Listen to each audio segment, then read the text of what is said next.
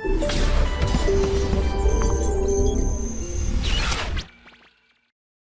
बच्चों, मैं रेनू सिंह एक बार फिर से आपके सामने उपस्थित हूँ मोशन इंस्टीट्यूट प्राइवेट लिमिटेड से।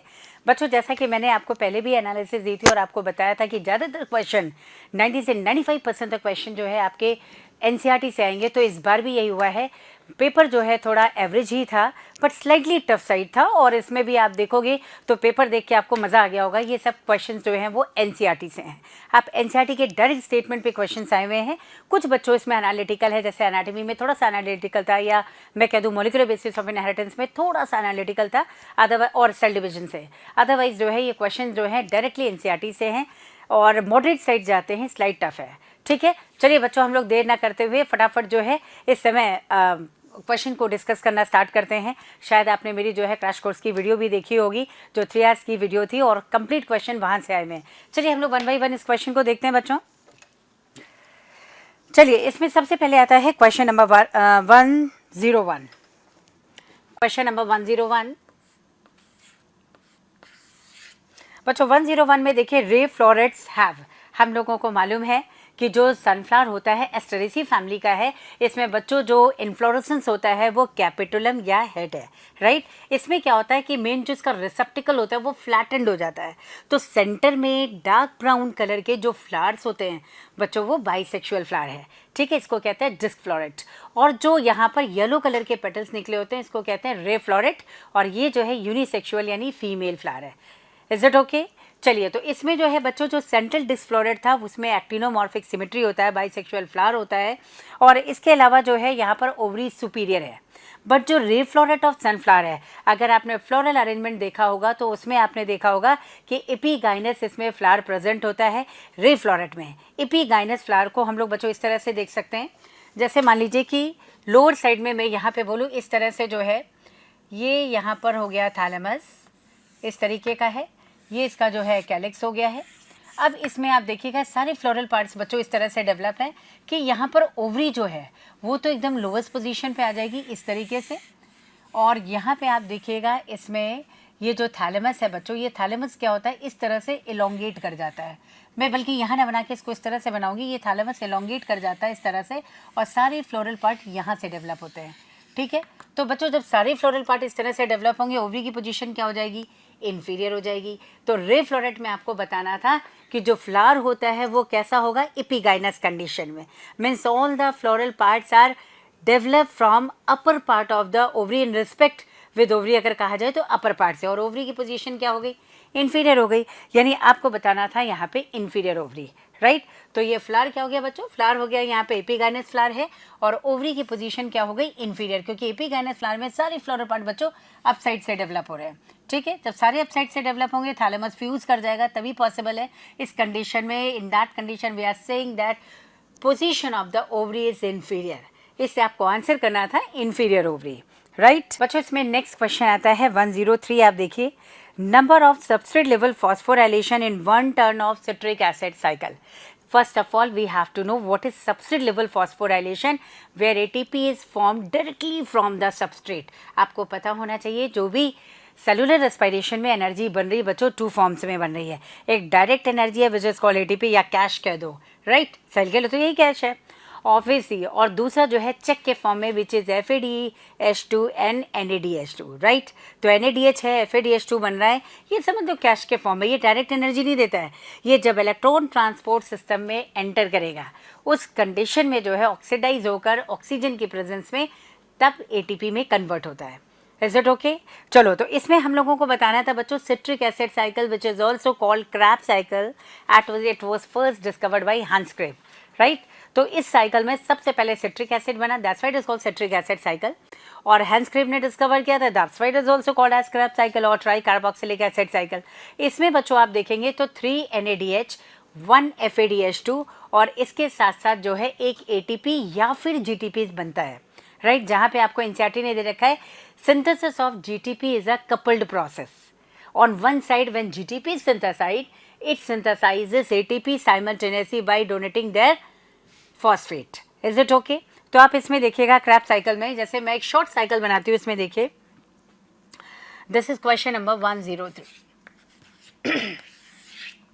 तो 103 क्वेश्चन में बच्चों आप देखिएगा, जैसे आपने यहाँ पे बताया था एसिटाइल कोएंजाइम ए, ये acetyl coenzyme A 2 carbon compound है और ये यहाँ पर ऑक्जेलो एसिटिक एसिड, जिसको first member of Krebs cycle कहते हैं, 4 कार्बन कंपाउंड है। ये दोनों जो है यहाँ पर कंबाइन करके सिट्रेट सिंथेस की प्रेजेंस में सबसे पहले बनाते हैं बच्चों सिट्रिक एसिड, उसके बाद जो है आइसोसिट्रेट आइसोमराइज होके बनाते हैं आइसोसिट्रेट।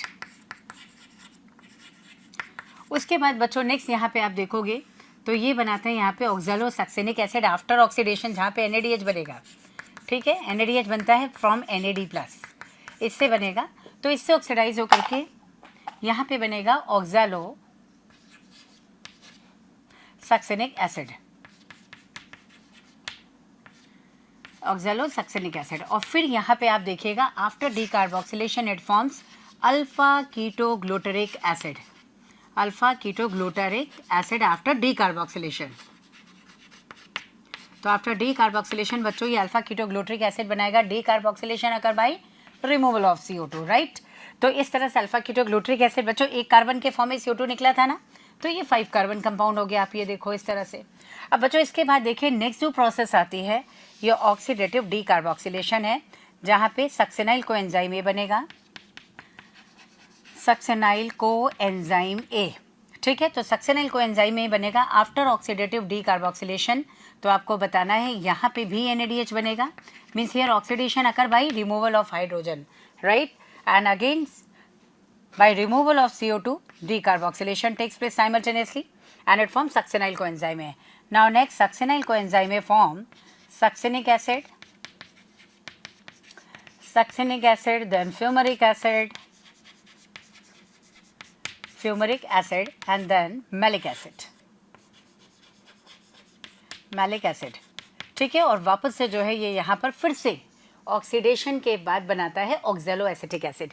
अब आप देखो बच्चों यहाँ पे जो भी स्टेप्स हैं, यहाँ पे एक स्टेप पे NADH बन रहा है, इधर NADH बन रहा है, नेक्स्ट यहाँ पे सक्सेनाइल कोएंजाइम में जब सक्सेनिक एसिड में कन्वर्ट होता है तो आपको बताना है बच्चों इस प्लेस पर सबस्ट्रेट लेवल फॉस्फोराइलेशन होता है, जिसमें GTP या फिर ATP सिंथेसाइज होता है। आपसे इस स्टेप के बारे में पूछा हुआ है, राइट।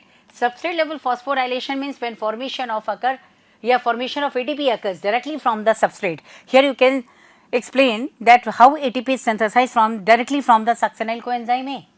ठीक है, तो यहाँ ATP डायरेक्ट बना, this is called substrate level phosphorylation, क्योंकि बच्चों ATP का फॉर्मेशन डायरेक्टली सबस्ट्रेट से हो रहा है, राइट। इसके बाद सक्सेनिक एसिड आप यहाँ देखो ऑक्सीडेशन होगा, फिर से NADH बनेगा यहाँ पर, सॉरी FADH2, यहाँ FAD+ है तो FAD से FADH2 बनता है और देन अगेन यहाँ पे आप देखिए तो यहाँ पे NADH बन गया, ठीक है। तो पूरी क्रेब्स साइकिल में बच्चों जहाँ जहाँ NADH, जहाँ जहाँ FADH2 ये रिड्यूस कोएंजाइम बन रहे हैं, ये सब ऑक्सीडेशन के बाद बन रहे हैं, and here oxidation occur by removal of hydrogen only at one step where ATP और GTP synthesize directly from the substrate, this is called substrate level phosphorylation. बच्चों ये SLP है, सबस्ट्रेट लेवल फॉस्फोराइलेशन। तो आप देखो substrate level phosphorylation single time हो रहा है, इसका मतलब ये है कि यहाँ पे अगर हम लोग देखें तो आपसे यही तो पूछा गया, the number of substrate level phosphorylation in one turn of citric acid cycle, you have to say that single time, right. So here correct answer is 4, right. बच्चों now next question 104 directly from the cell cycle, right. इस बार cell cycle से जो है almost 3 question आए हुए हैं और काफ़ी अच्छे क्वेश्चन है, चलिए इसको देखते हैं। 104 बच्चों 104 में दिया हुआ है identify the correct statement with regard to G1 phase of interphase. आपको इंटरफेस का G1 फेज के रिगार्डिंग बताना है, विच वन इज करेक्ट। देखो सबसे पहले अगर हम लोग देखें तो G1 फेज में क्या होता है बच्चों, G1 phase, S phase and G2 phase, all the 3 phases are included in interphase and it is in fact the longest phase, non-dividing phase but metabolically more active phase है ये। क्यों? क्योंकि इस फेज में बच्चों ज़्यादातर सेलुलर कंटेंट सिंथेसाइज हो जाते हैं, ऑर्गेनेल डबल हो जाता है, एनर्जी बन जाती है, ये सारी चीज़ें इसी फेज में, इसको मेटाबॉलिकली मोर एक्टिव कहते हैं। तो इसमें अगर हम लोग G1 फेज की बात करें तो आप लोग G1 फेज में पढ़ते हो कि प्रोटीन सिंथेसिस, RNA सिंथेसिस, इसके अलावा मोस्ट ऑफ द ऑर्गेनेलर सिंथेसिस हो गया, ATP वगैरह सब इसी फेज में सिंथेसाइज हो जाता है। तो आपको यही बताना था यहाँ G1 फेज के रिगार्डिंग करेक्ट क्या है, ठीक है। अब मैंने जैसे सारे फेजेस बता दिए, आपने कहा देखिए मैं सीधे अगर सेल साइकिल की बात कर रही हूँ तो सेल साइकिल की फेजेस पहले आप चेक करो क्या होगा। बच्चों ये सेल साइकिल है। सेल साइकिल में मैंने कहा था एक इंटरफेस आती है, इंटरफेस। तो first is interface while the second one is called M phase or mitotic phase. Is it clear? और mitotic phase is started with karyokinasis and karyokinasis and ended with cytokinesis, right? तो बच्चों अब ये देखो यहाँ पर cytokinesis तो भाई ठीक है कि साइटोप्लाज्मिक डिवीजन है, बट कैरियोकाइनेसिस क्या है, न्यूक्लियर डिवीजन है। और इसमें हम लोग बताते हैं फेजेस होती हैं, प्रोफेज हो गई, ठीक है, ये प्रोफेज हो गई, देन इसके बाद मेटाफेज हो गई, मेटाफेज हो गई, एनाफेज हो गया एंड टीलोफेज, ठीक है। तो बच्चों इसमें आप देखिए फटाफट हम लोग अपने पॉइंट पे सीधे आते हैं। अगर इंटरफेज की बात कर रहे हैं हम लोग तो इंटरफेज में बच्चों आपको बताना है यहाँ पर G1 S G2, this is G1, this one S and this is G2 phase, right. अब आपको बताना है G1 फेज के रिगार्डिंग कौन सा स्टेटमेंट करेक्ट है। मैंने आपको कहा था G1 में क्या होता है, most of the protein synthesis, RNA synthesis, organelle doubling सब इस G1 में हो जाएगा। जो भी आरएनए और रेस्ट प्रोटीन रह जाते हैं वो सिंथेसाइज होंगे G2 में, और इसके अलावा जो भी ऑर्गेनेल रह गया है उसकी डबलिंग बेटा G2 फेज में होगी। लेकिन एस फेज स्पेसिफिक है, वहाँ पे डीएनए का रेप्लिकेशन, हिस्टोन्स प्रोटीन की सिंथेसिस और साइटोप्लाज्म में सेंट्रियोलर डबलिंग होती है। Is it okay? चलिए तो अब आपको बताना है इसमें identify the correct statement with regard to G1 phase of interface.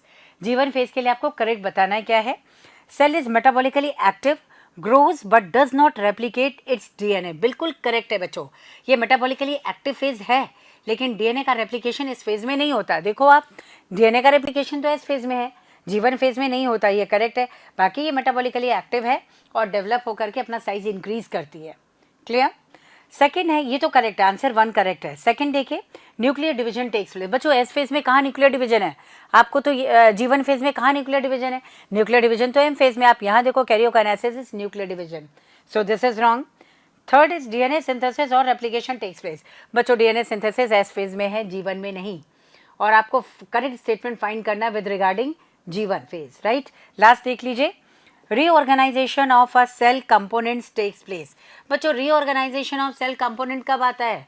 जबकि सारे ऑर्गेनेल यानी ER हो गया, GB हो गया, न्यूक्लियर मेम्ब्रेन, न्यूक्लियर सब डिसअपियर होकर के रीअपियर होते हैं टीलोफेज में, ये उसकी बात कर रहा है। तो यहाँ पे ये भी रॉन्ग हो गया। First statement is only correct, that is cell is metabolically active, grows but does not replicate in DNA. So your correct answer is 1। Correct answer is 1। Hello बच्चों, इसमें देखते हैं नेक्स्ट क्वेश्चन नंबर 105। देखिए 105 question बच्चों biological classification का, और कितना simple question आप देख सकते हो। Which of the following pairs is of unicellular algae? You have to find the unicellular algae, right. अब इसमें एनाबिना एंड वॉल्वॉक्स की बात करें बच्चों तो एनाबिना फिलामेंटस है, तो ये मल्टी सेल्युलर हो गया, यूनिसेल्युलर नहीं होता। वॉल्वॉक्स तो करेक्ट है। नेक्स्ट आ जाओ सेकंड, क्लोरेला एंड स्पाइरुलिना, बिल्कुल सही है।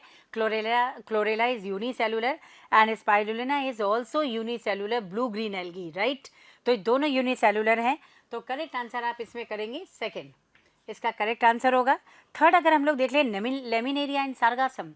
बच्चों लेमिनेरिया ब्राउन एल्गा है, सार्गासम भी ब्राउन एल्गा है और ये मल्टी सेल्युलर है, ठीक है, फिलामेंटस भी हैं। फोर्थ देख लो gelidium and gracilaria, both are red algae, और ये भी क्या है, मल्टी सेल्युलर है। तो बस आपको कहना था क्लोरेला ग्रीन एल्गा और स्पाइरुलिना ब्लू ग्रीन एल्गा, ये दोनों ही जो है यूनिसेल्युलर है। सो हियर करेक्ट आंसर इज 2। चलिए बच्चों इसमें 109 क्वेश्चन थोड़ा टफ था, तो इस क्वेश्चन को हम लोग देखते हैं। ये रिप्रोडक्शन इन फ्लावरिंग प्लांट से है। The plant parts which consist of 2 generation one with in the other. 2 generation एक साथ हो, एक के अंदर एक, तो ये आपको इसमें सेलेक्ट करना है। जैसे फर्स्ट है पॉलन ग्रेन इनसाइड एंथर, में रीजन लिखती चल रही हूँ। जैसे इसमें बच्चों फर्स्ट ऑप्शन दिया था पॉलन ग्रेन इनसाइड एंथर, यानी पॉलन इनसाइड एंथर हो गया। तो एंथर बच्चों आप देखो तो एंथर जो है ये क्या है, ये 2 इन कंडीशन में है, जबकि जो पॉलन होता है ये तो मियोसिस के बाद बना हुआ है, माइक्रोस्पोर से बना हुआ है। तो आपने देखा है माइक्रोस्पोर मदर सेल में जब मियोसिस हुई तो मियोसिस के बाद माइक्रोस्पोर्स बन गए, एक बार माइटोसिस हुई 2 सेल पॉलन बन गया, तो ये कंडीशन क्या हो गई, हैप्लॉइड। तो ये जनरेशन 2 एक साथ हो गई। सेकेंड इसमें देखिए germinated pollen grain with in 2 male gametes. तो बेटा 2 मेल गैमेट्स के with 2 male gametes, germinated pollen है, 2 मेल गैमेट्स है, दोनों ही हैप्लॉइड हैं, इससे इसको हम कंसीडर नहीं करेंगे। सी ऑप्शन देखो, सीड इनसाइड फ्रूट। बच्चों सीड भी फर्टिलाइजेशन के बाद बना है, फ्रूट भी फर्टिलाइजेशन के बाद बना है, इससे दोनों सेम जनरेशन कंसीडर होंगी। But embryo sac inside ovule, इसमें डी ऑप्शन लीजिए। एम्ब्रियो सैक जिसे हम फीमेल गैमेटोफाइट कहते हैं, एम्ब्रियो सैक ये फीमेल गैमेटोफाइट है बच्चों, इससे इसको हैप्लॉइड कंसीडर करेंगे। ये है female gametophyte, female gametophyte, female gametophyte. तो फीमेल गैमेटोफाइट है, हैप्लॉइड है, एम्ब्रियो सैक इसको कहते हैं। और ये प्रेजेंट बच्चों किसके अंदर है? Inside ovule, inside ovule, inside ovule. तो ओव्यूल के अंदर है, यानी ओव्यूल क्या होता है बच्चों? स्पोरोफाइटिक पार्ट होता है, यानी इसको हम लोग 2n कंसीडर करेंगे। ठीक है, ओव्यूल भी स्पोरोफाइटिक पार्ट है और स्पोरोफाइटिक पार्ट ये 2n हो गया। इसके अंदर एम्ब्रियो सैक फीमेल गैमेटोफाइट है, ये हैप्लॉइड है, n हो गया। पॉलन ग्रेन बच्चों आप देखते हो मियोसिस के बाद बना है, हैप्लॉइड है। और यहाँ एंथर जो है वो डिप्लॉइड है, स्पोरोफाइट, स्पोरोफाइट गैमेटोफाइट। यहाँ आप लिखेंगे एम्ब्रियो सैक गैमेटोफाइट है, ओव्यूल क्या है? स्पोरोफाइट है।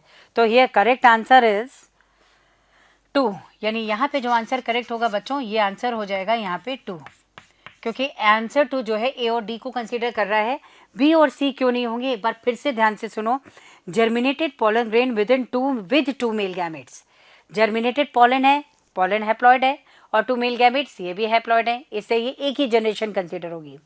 ठीक है, सी वाला देखिए, सीड इनसाइड फ्रूट। बच्चों सीड है, फ्रूट है, सब आफ्टर फर्टिलाइजेशन बने हुए हैं, इससे दोनों सेम जनरेशन है।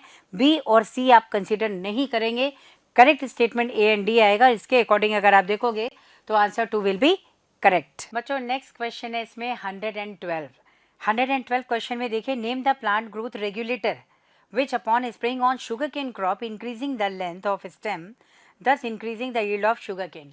आप लोगों ने यहाँ पे बच्चों प्लांट ग्रोथ एंड डेवलपमेंट में हार्मोन पढ़ा है, ऑक्सिन, जिब्रालिन एंड साइटोकाइनिन, ये सब ग्रोथ प्रमोटर हैं और एब्सिसिक एसिड ग्रोथ इनहिबिटर है। इथाइलिन क्या है? It is intermediate type of both but largely it is considered as inhibitor, right. तो इसमें बच्चों आप लोगों ने शुगर केन का एग्जाम्पल पढ़ा है। अगर शुगर केन में स्वीटनेस कौन इंड्यूस करता है, ये आता है, तब तो ऑक्सिन होता है, लेकिन इसकी ग्रोथ कौन कर रहा है? तो आपको मालूम है कि जो जिब्रेलिक एसिड होता है, ये जिब्रेलिक एसिड बच्चों यहाँ पर रिस्पॉन्सिबल है इंटरनोडल इलॉन्गेशन, इंटरनोडल इलॉन्गेशन।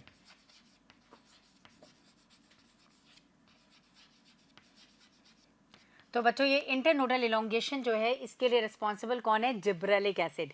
ये इंटरनोड को इलॉन्गेट करता है, जेनेटिकली ड्वार्फ प्लांट को इलॉन्गेट करता है। तो जहाँ पे एनसीईआरटी ने आपको दिया हुआ है इंटरनोडल इलॉन्गेशन, वहाँ पर जिब्रेलिक एसिड में इंटरनोडल इलॉन्गेशन का एग्जाम्पल आपको शुगर केन है और ग्रेप्स स्टॉक दिया हुआ है जो प्रोडक्टिविटी को इंक्रीज कर देता है। सो ये correct answer is gibberellic acid और विच इज ऑल्सो कॉल्ड जिब्रालिन्स, जिब्राल। चलिए बच्चों इसमें नेक्स्ट क्वेश्चन आता है 113, ये मॉर्फोलॉजी से क्वेश्चन है। The roots that originate from the base of the stem are. तो इसमें जो है 113 में आप देखें, स्टेम के बेस से ओरिजिनेट हो रहा है। मान लीजिए ये स्टेम है, ठीक है, स्टेम पे बच्चों ये नोड है, यही इसका कैरेक्टरिस्टिक फीचर है, ठीक है, और यहाँ पे ये सॉइल है। तो अगर इस बेस से ही सारे ग्रो कर रहे हैं तो ऑब्वियसली बंच में ग्रो करेंगे ना, और ये रूट क्या होगी? फाइब्रस रूट, ठीक है।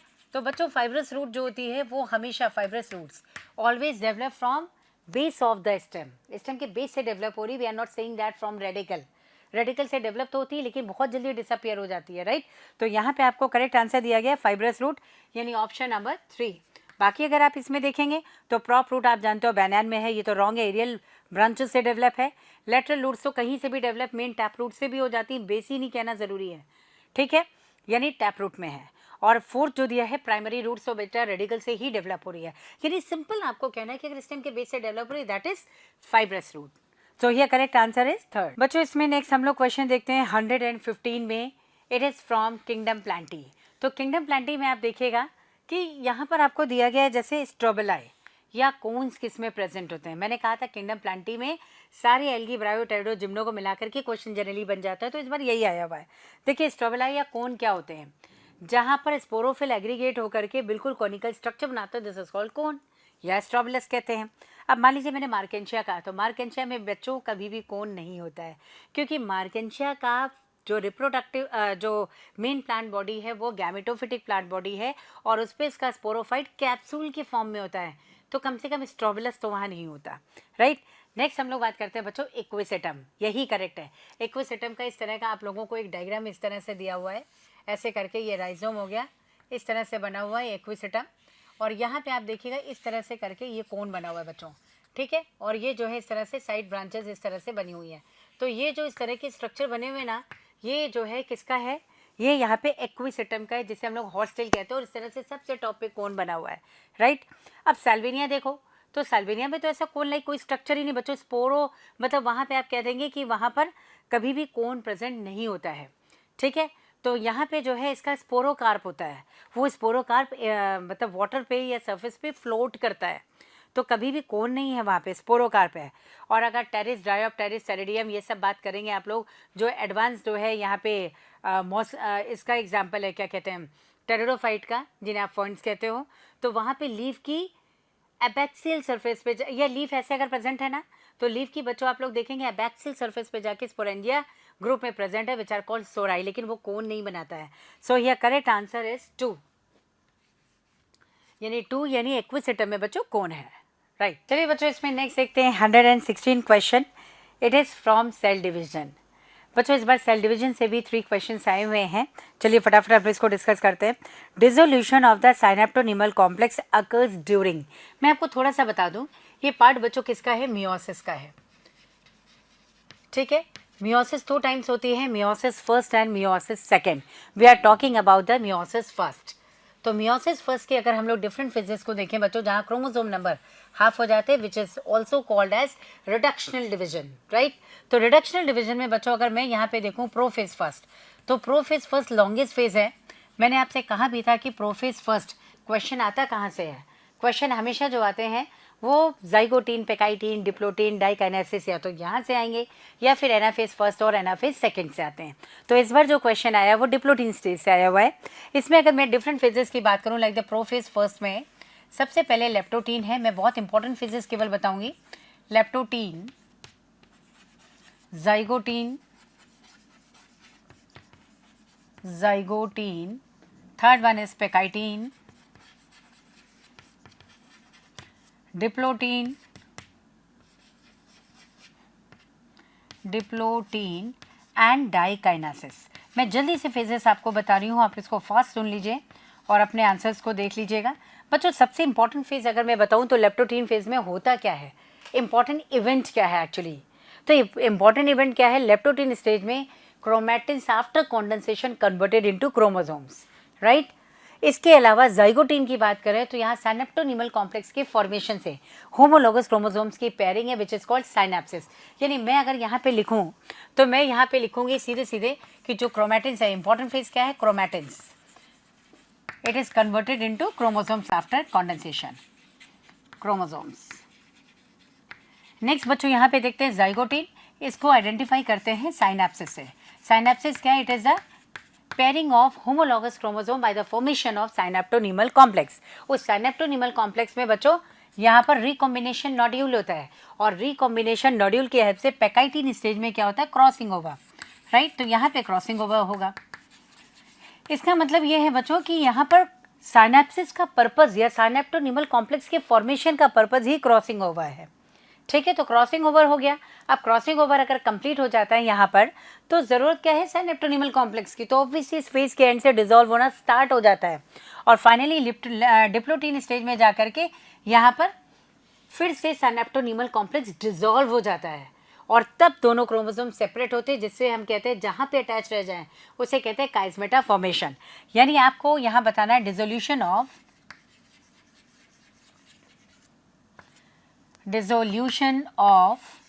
synaptonemal complex and chiasmata formation takes place, right। तो काइस्मेटा का फॉर्मेशन हो जाएगा और साइनेप्टोनीमल कॉम्प्लेक्स बच्चों इस फेज में डिसॉल्व हो जाएंगे, यही क्वेश्चन आपको बताना है। और डाइकाइनेसिस में इंपॉर्टेंट इवेंट क्या है, इंपॉर्टेंट इवेंट है बच्चों यहाँ पे टर्मिनलाइजेशन।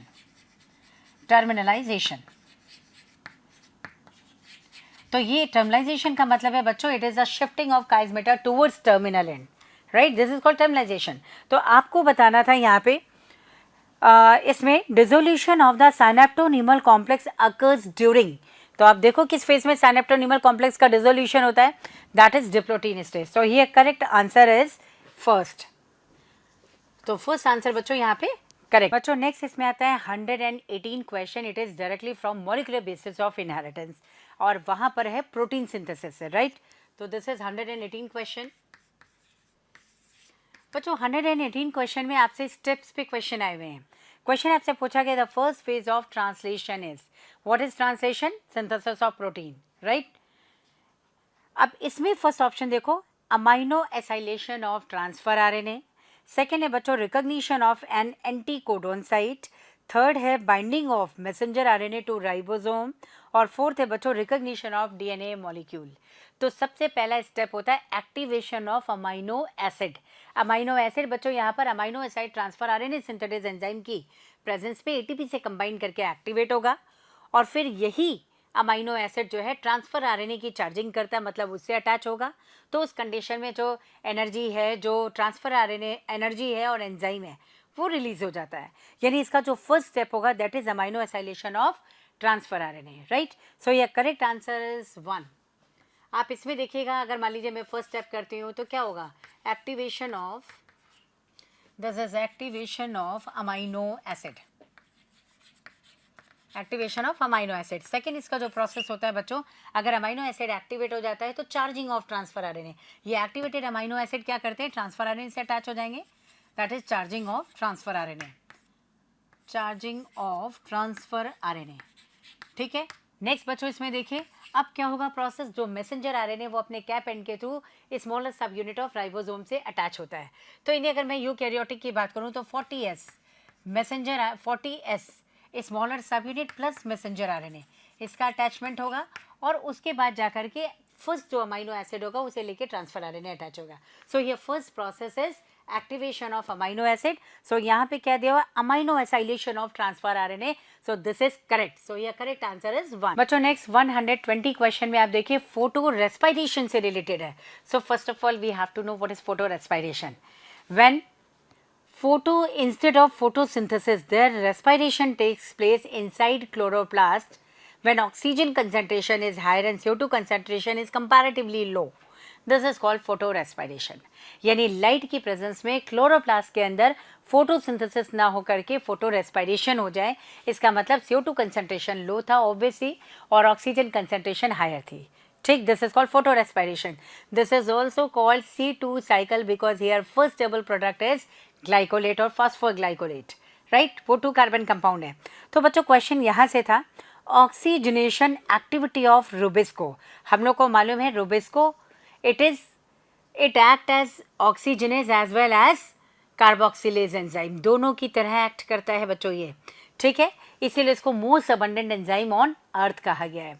तो इस रुबिस्को में अगर मान लीजिए ऑक्सीजनेशन हो रहा है, ऑक्सीजनेशन एक्टिविटी दी है, इसका मतलब ऑब्वियसली फोटो रेस्पिरेशन हो रहा है। तो oxygenation activity of rubisco enzyme in the photo respiration leads to the formation of.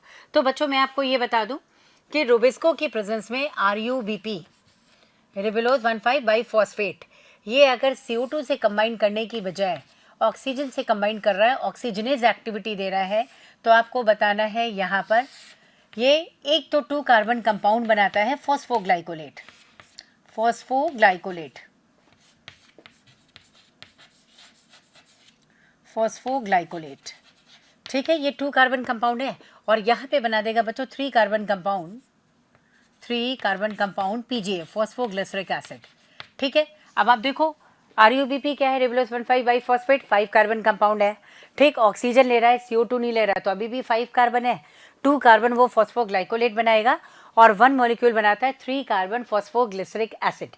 Question बेटा आपका यहाँ से है और ये पूरा प्रोसेस क्लोरोप्लास्ट में चल रहा है। फोटो रेस्पिरेशन में आपको पता होना चाहिए 3 ऑर्गेनेल इन्वॉल्व होते हैं, that is chloroplast, peroxisome and mitochondria, right. चलिए तो इसमें अब आपको इससे रिगार्डिंग बताना है the oxygenation activity of rubisco enzyme in the photo respiration leads to the formation of 1 molecule of 6 carbon compound. This is quite wrong, क्योंकि 1 molecule 6 carbon compound कहाँ बनेगा बेटा, ये तो बनेगा ही नहीं, यहाँ तो आपको मिल रहा है 1 मॉलिक्यूल 2 कार्बन कंपाउंड फॉस्फोग्लाइकोलेट और 1 molecule 3 carbon phosphoglyceric acid, right. तो ये रॉन्ग हो गया फर्स्ट स्टेटमेंट। सेकंड देखो, 1 molecule of 4 carbon compound and 1 molecule of 2 carbon. बच्चों 1 मॉलिक्यूल 2 कार्बन तो है, लेकिन 4 कार्बन कंपाउंड 1 मॉलिक्यूल नहीं बन रहा, नहीं तो 6 कार्बन हो जाता, तो ये भी रॉन्ग हो गया। थर्ड देखो, 2 molecule of 3 carbon compound, 3 carbon compound के 2 मॉलिक्यूल्स नहीं बन रहे हैं बच्चों, एक 2 कार्बन का बन रहा है और एक 3 कार्बन का बन रहा है, इससे ये भी रॉन्ग है। अब लास्ट में है 1 मॉलिक्यूल ऑफ 3 कार्बन कंपाउंड, तो 1 molecule of 3 carbon compound PGA बन रहा है। इसके बारे में उसने डिफाइन नहीं किया, लेकिन उसने आगे ओनली भी नहीं लिखा है, आगे इसने ओनली भी नहीं लिखा है। 1 molecule of 3 carbon compound only लिखता तो ये स्टेटमेंट भी रॉन्ग था। इसका मतलब एटलीस्ट 1 मॉलिक्यूल 3 कार्बन कंपाउंड तो बन ही रहा है बच्चों, phosphoglyceric acid. So according to me here correct answer will be 4, right. So here correct answer is 4। बच्चों नेक्स्ट क्वेश्चन 121 है, यहाँ पे देखिए 121 में देखिए मैचेस आपको दिए गए हैं, आयरन को मैच करना है, iron, zinc, boron and manganese, ठीक। और आपको राइट साइड में दिया गया फर्स्ट, सेकंड, थर्ड, फोर्थ में फोटोलाइसिस ऑफ वाटर। तो फोटोलाइसिस ऑफ वाटर में यहाँ पे जल्दी से नोट करती हूँ, पहले आप इसको देखिए। एक साइड में आपको दिया गया बच्चों ABC करके, इस तरह से दिया हुआ है ABCD, इस तरह से दिया हुआ है। यहाँ पे आपको दिया गया है आयरन, जिंक, बोरॉन और लास्ट में है मैग्नीज Mn2+। और यहाँ पे आप देखेंगे इसको मैच करना है बच्चों, आपको इस तरह से दिया हुआ है, थर्ड एंड फोर्थ, इस तरह से दिया हुआ है। और यहाँ पे आपको दिया गया है photolysis of water, photolysis of water. Second यहाँ पे दिया गया है pollen germination, pollen germination, pollen germination. Third है required for chlorophyll biosynthesis, chlorophyll biosynthesis.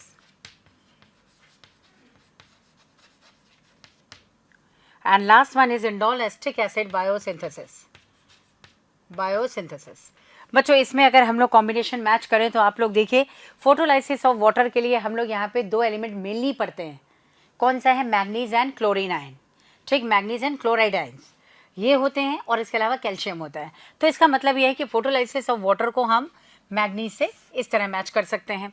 Second देखिए, इसमें पॉलन जर्मिनेशन के लिए रिस्पॉन्सिबल बच्चों क्या है, बोरॉन, सीड जर्मिनेशन है, पॉलन जर्मिनेशन है, इन सब के लिए रिस्पॉन्सिबल कौन है, बोरॉन, क्योंकि बोरॉन क्या करता है, यहाँ पे फूड के ट्रांसपोर्ट को प्रमोट करता है, राइट।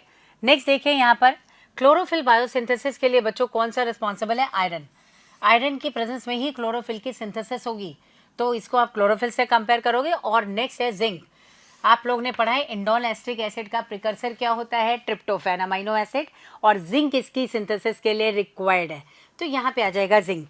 तो इसको अगर आप मैच करोगे बच्चों, यहाँ करेक्ट आंसर आ जाएगा 1।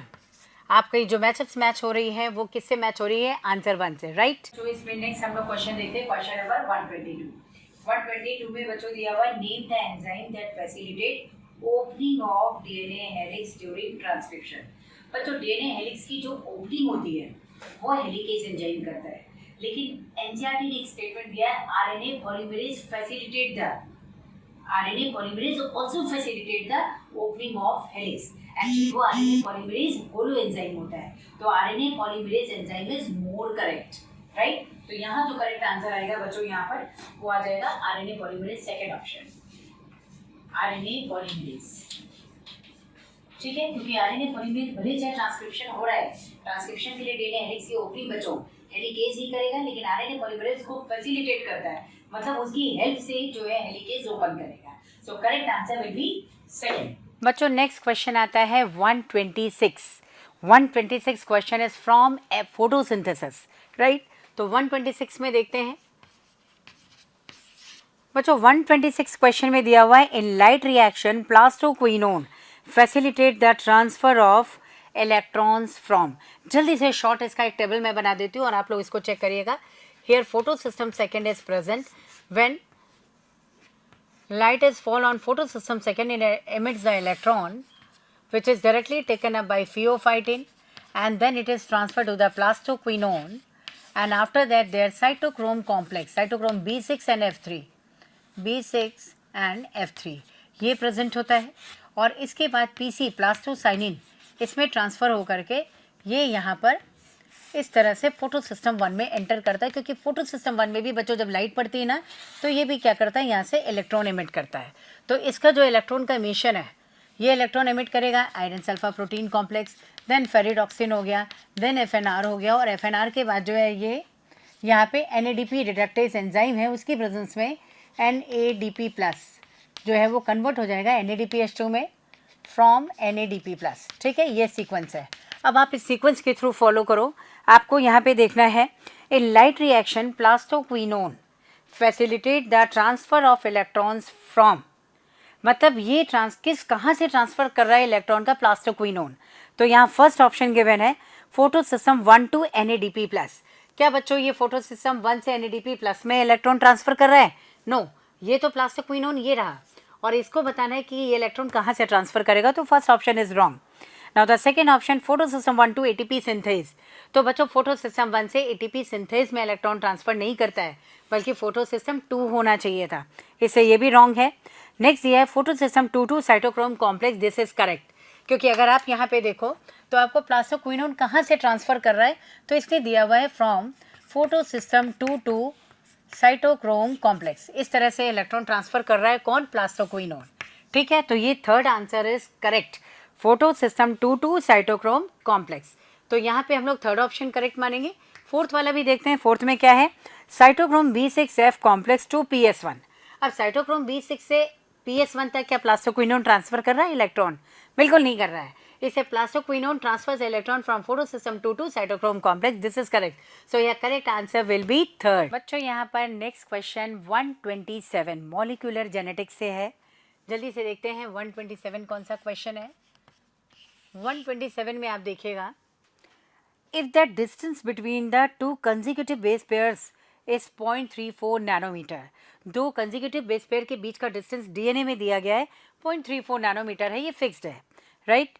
And the total number of base pairs of DNA double helix in a typical mammalian cell is 6.6 into 10⁻⁹ base pair। इतने number of base pairs दिए हुए हैं और base pair के बीच का distance दिया हुआ है, right? So we have to find then we have to find the length of the DNA is approximately। तो length of DNA क्या होगा, और वो भी आपको मीटर्स में दिया हुआ है। ऑलरेडी ये क्वेश्चन ऑलरेडी मैंने क्लास में कराया हुआ है, इसको एक बार फिर से सुन लीजिए। यहाँ पे आपको बताना है DNA लेंथ क्या होती है। DNA length equals to number of base pairs multiplied by distance between the base pairs, distance between the base pairs। तो बेस पेयर्स के बीच का डिस्टेंस क्या है ये आपको बताना है। तो बच्चों नंबर ऑफ बेस पेयर्स हम लोग को कितने गिवन है, ऑब्वियसली 6.6 इंटू 10⁻⁹ बेस पेयर्स हैं, 10⁻⁹ बेस पेयर्स। एंड डिस्टेंस क्या है, डिस्टेंस हम लोग को नैनोमीटर में गिवन है, दैट इज़ 0.34 नैनोमीटर। तो इसको जब आप लोग जो है कन्वर्ट करेंगे मीटर में, तो अपने आप ये जो है मीटर में जब कन्वर्जन होगा बच्चों, तो ये लगभग 2.2 मीटर DNA लेंथ आ जाएगी, राइट। अभी आपको नैनोमीटर में दिया हुआ है, आपको मीटर में जो है इसको कन्वर्ट करना है, तो आपको यहाँ मल्टीप्लाइड बाई 10⁻⁻⁹ मीटर्स ऐसे करेंगे तो आपको ये 2.2 मीटर्स DNA लेंथ आ जाएगी। तो ये करेक्ट आंसर इज फर्स्ट, ये फर्स्ट दिया है, करेक्ट आंसर क्या हो जाएगा बच्चों, फर्स्ट। चलिए बच्चों इसमें नेक्स्ट है question number 128, it is directly from cell bio. Cell bio में आपसे सीधे function based question, direct question है ये, which is the important site of formation of glycoproteins and glycolipids in eukaryotic cell.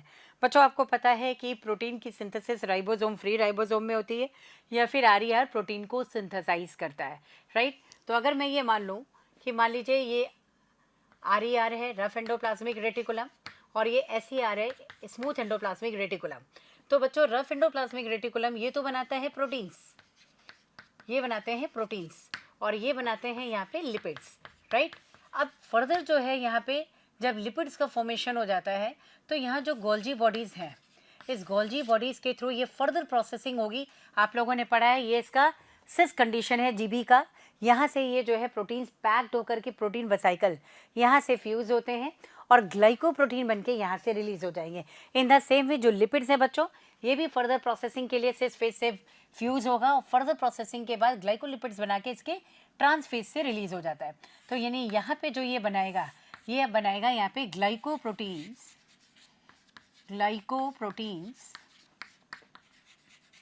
And glycolipids, right. तो glycoproteins और glycolipids बनाता है।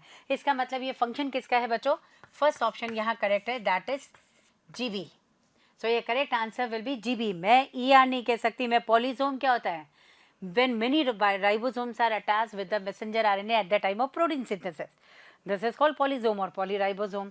तो ये तो प्रोटीन सिंथेसिस के लिए, लेकिन ग्लाइकोप्रोटीन ग्लाइकोलिपिड्स बनाने का काम बच्चों जीबी करता है। ER का फंक्शन मैंने आपको बता दिया है। और पेरोक्सिसोम बच्चों यहाँ पे डाइजेशन करता है। सो ये correct answer will B 1, that is GB. Now बच्चों इसमें नेक्स्ट क्वेश्चन है 130, एनाटॉमी का क्वेश्चन है। थोड़ा सा जो है ये ट्रिकी था, आपको सोचना था। Identify the incorrect statement, means you have to find the incorrect statement.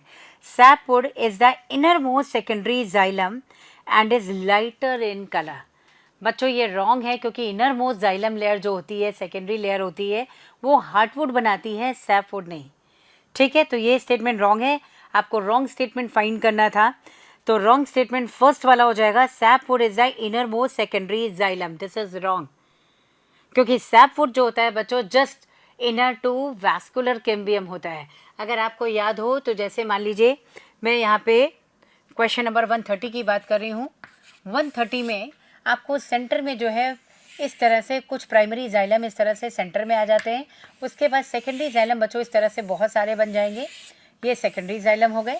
और इसके बाद आपको जो है यहाँ पे आप बनाते हो इसमें इस तरह से कैम्बियम, ये हो गया वैस्कुलर कैम्बियम। ठीक है, और इस वैस्कुलर कैम्बियम के बाहर की जो लेयर होती है बच्चों, ये जो होती है सेकेंडरी फ्लोएम की लेयर है। देखिए ये इसमें हो गया सेकेंडरी फ्लोएम, यहाँ बना। और प्राइमरी फ्लोएम क्या होगा? ऑब्वियसली बाहर की ओर थोड़ा सा क्रश हो जाता है इस तरह से, तो ये थोड़ा सा क्रश्ड फॉर्म में आप इस तरह से शो करते हैं। इसका मतलब ये है this is called secondary phloem. Sorry, ये तो इसमें प्राइमरी है बच्चों, ये प्राइमरी फ्लोएम हो गया। और ये वाला जो हो गया इसका, ये सेकेंडरी फ्लोएम हो गया। Then this is called vascular cambium, vascular cambium. तो ये वैस्कुलर कैम्बियम हो गया। इसके बाद यहाँ से यहाँ तक की कंप्लीट बच्चों जो है ये क्या है? सेकेंडरी जाइलम है। ठीक है, ये सेकेंडरी जाइलम हो गया और ये हो गया इसमें primary xylem, right, primary xylem. अब आप इसमें देखो, जैसे जैसे सेकेंडरी ग्रोथ होती जाएगी बच्चों यहाँ पर, तो सेंटर से कुछ मटेरियल डिपॉजिट होते चले जाते हैं। और सेंटर वाली जो additional material deposition like resin, tannin, oil, gums, ये सब डिपॉजिट होते जाएंगे। तो ये सेंटर से स्टार्ट होते हैं, जहाँ से सबसे पुरानी वुड होती है। और इन सब्सटेंस के डिपोजिशन के कारण बच्चों क्या हो जाता है? ये डार्क कलर का हो जाता है, राइट। तो ये डार्क कलर का हो जाएगा। अगर मैं इसको इस तरह से ड्रॉ करूँ, मान लो सेंटर में ये डार्क कलर का रीजन है, डार्क कलर बनता जा रहा है बिल्कुल, तो ये पेरीफेरल रीजन की ओर इस तरह से स्प्रेड करता हुआ चला जाएगा। पेरीफेरल रीजन पूरा क्या बन जाएगा? ये पूरा बच्चों जो बन रहा है ये क्या है? हार्टवुड है। This is called heartwood. तो हार्टवुड बच्चों डार्क कलर की होती है due to additional deposition of material. Additional material deposit हो रहा है ना, ये हार्टवुड बन गई। तो हार्टवुड क्या है? ये नॉन फंक्शनल हो जाती है क्योंकि टाइलोसिस बन गए। इसके अलावा मटेरियल्स का डिपोजिशन हो गया, पूरी तरह से नॉन फंक्शनल है, डार्क कलर की है, सेंट्रली प्लेस्ड है। This is called heartwood. अब इसकी बजाय जो बाहर की वुड बची है बच्चों, ये वाली जो वुड बची है, इसको हम लोग कहते हैं ये सैपवुड है। तो वुड का मतलब ही होता है सेकेंडरी जाइलम, सब जाइलम है, लेकिन इसमें हार्टवुड और सैपवुड आपको डिफाइन करना है। तो आपको बताना है कि बाहर की ओर जो वुड प्रेजेंट होती है लाइट कलर की होती है, फंक्शनल होती है। This is called sapwood. And the wood which is formed towards center and becomes dark color due to the deposition of additional material and their tyloses are also present. It is completely non-functional and dark colored. This is called heartwood. अब इसके regarding ही तो आपको बताना था। आप देखो फटाफट, इसमें दिया हुआ है सैपवुड, फर्स्ट ऑप्शन है sapwood is the inner most secondary xylem. क्या sapwood inner most secondary xylem? Inner most तो बच्चों हार्टवुड है, बस यही स्टेटमेंट रॉन्ग हो गया और करेक्ट आंसर आ गया यहाँ पे फर्स्ट, क्योंकि आपको इनकरेक्ट स्टेटमेंट सेलेक्ट करना था। सेकंड, थर्ड, फोर्थ फटाफट देख लो। Due to deposition of tannin, resin, oil, gums, hardwood is dark in colour. मैंने कहा सेंटर में यही होता है, राइट, ये करेक्ट है। Hardwood does not conduct water bye but gives mechanical support. Obviously यार, अगर ये थिक है और मैकेनिकल टिश्यू बना रहा है तो मैकेनिकल सपोर्ट देगा, नॉन फंक्शनल है, ये भी करेक्ट है। और लास्ट दिया हुआ है sapwood is involve in conduction of water and mineral from root to leaf, ये भी करेक्ट है क्योंकि कंडक्शन बाहर वाली वुड करती है, लेकिन फर्स्ट स्टेटमेंट रॉन्ग है। सो ये करेक्ट आंसर विल बी 1। बच्चों इसमें नेक्स्ट क्वेश्चन है 131 directly from kingdom Plantae algae से है, ठीक है। तो 131 में तो खैर डायरेक्ट क्वेश्चन है, इसका आंसर भी आप डायरेक्ट सुन लो।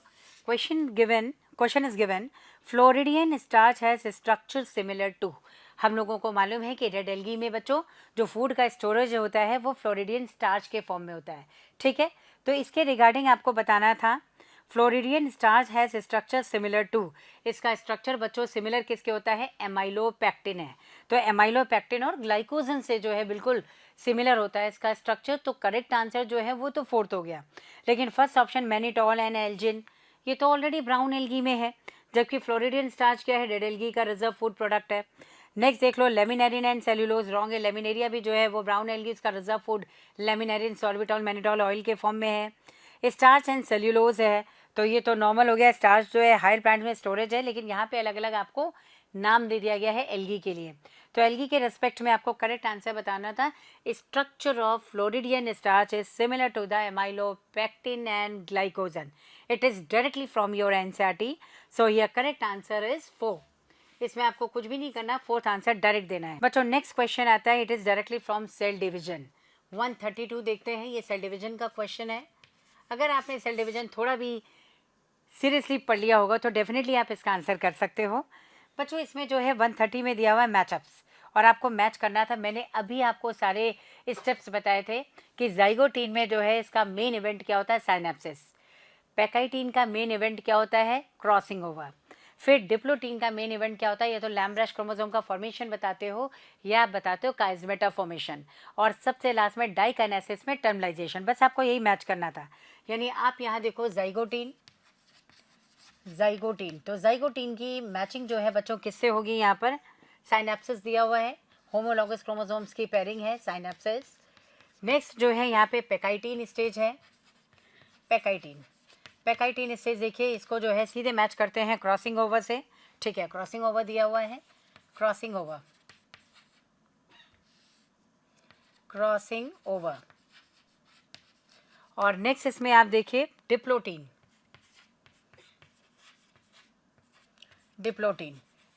की मैचिंग बच्चों डायरेक्टली किससे है, यहाँ पे अगर आप देखोगे डिप्लोटीन है तो डिप्लोटीन में आपको काइजमेटा गिवन है, तो दैट इज काइजमेटा, ठीक है। और सबसे लास्ट में बच्चों डाइकाइनेसिस दी हुई है, तो डाइकाइनेसिस में आप देखोगे डाइकाइनेसिस,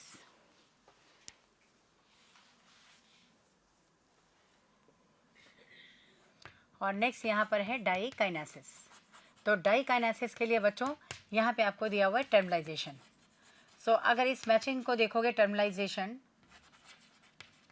तो टर्मिलाइजेशन यहाँ पे आप लिख देंगे। और देखिए करेक्ट मैचिंग अगर आप ऑप्शन इसमें देखोगे तो option number 4 will be correct, ठीक है। तो 4th ऑप्शन में ये मैचिंग दी हुई है, बिल्कुल डायरेक्ट है। ओके, तो नेक्स्ट क्वेश्चन देखते हैं बच्चों। नेक्स्ट क्वेश्चन इसमें 134 है, और इसमें आपको दिया गया the process of growth is maximum during. ये प्लांट ग्रोथ एंड डेवलपमेंट से है। किसी भी ऑर्गेनिज्म के फेज में अगर किसी भी ऑर्गेनिज्म की ग्रोथ को हम लोग ऑब्जर्व करें तो बच्चों यहाँ पे एक ग्रोथ कर्व दिया गया है जो ऐसे शेप या सिग्मोइड होता है, ठीक है। जैसे 134 में हम लोग यहाँ पे बात कर रहे हैं, तो इस तरह से आप देख सकते हो, एक आपको टाइम के रेस्पेक्ट में ग्रोथ दी गई है, ठीक है। This is time, and time के रेस्पेक्ट में आपको इस तरह से ग्रोथ दी गई है।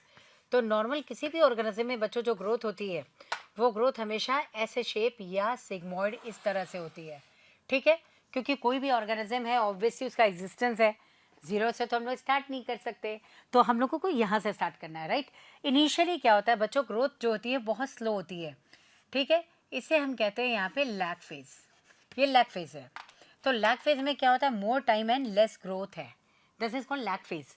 और नेक्स्ट अगर यहाँ पे सबसे ज़्यादा जो ग्रोथ पीरियड होता है बच्चों, इसको कहते हैं लॉग या एक्सपोनेंशियल फेज। इस फेज में less time and more growth होगा, ठीक, less time and more growth होगी, क्योंकि यहाँ पे जो है मैक्सिमम ग्रोथ होती है सबसे ज़्यादा। This is called log phase और एक्सपोनेंशियल फेज, ठीक है, लॉग फेज और एक्सपोनेंशियल फेज। और उसके बाद धीरे धीरे डी एक्सेलरेट होकर के कांस्टेंट हो जाती है ग्रोथ, क्लियर है?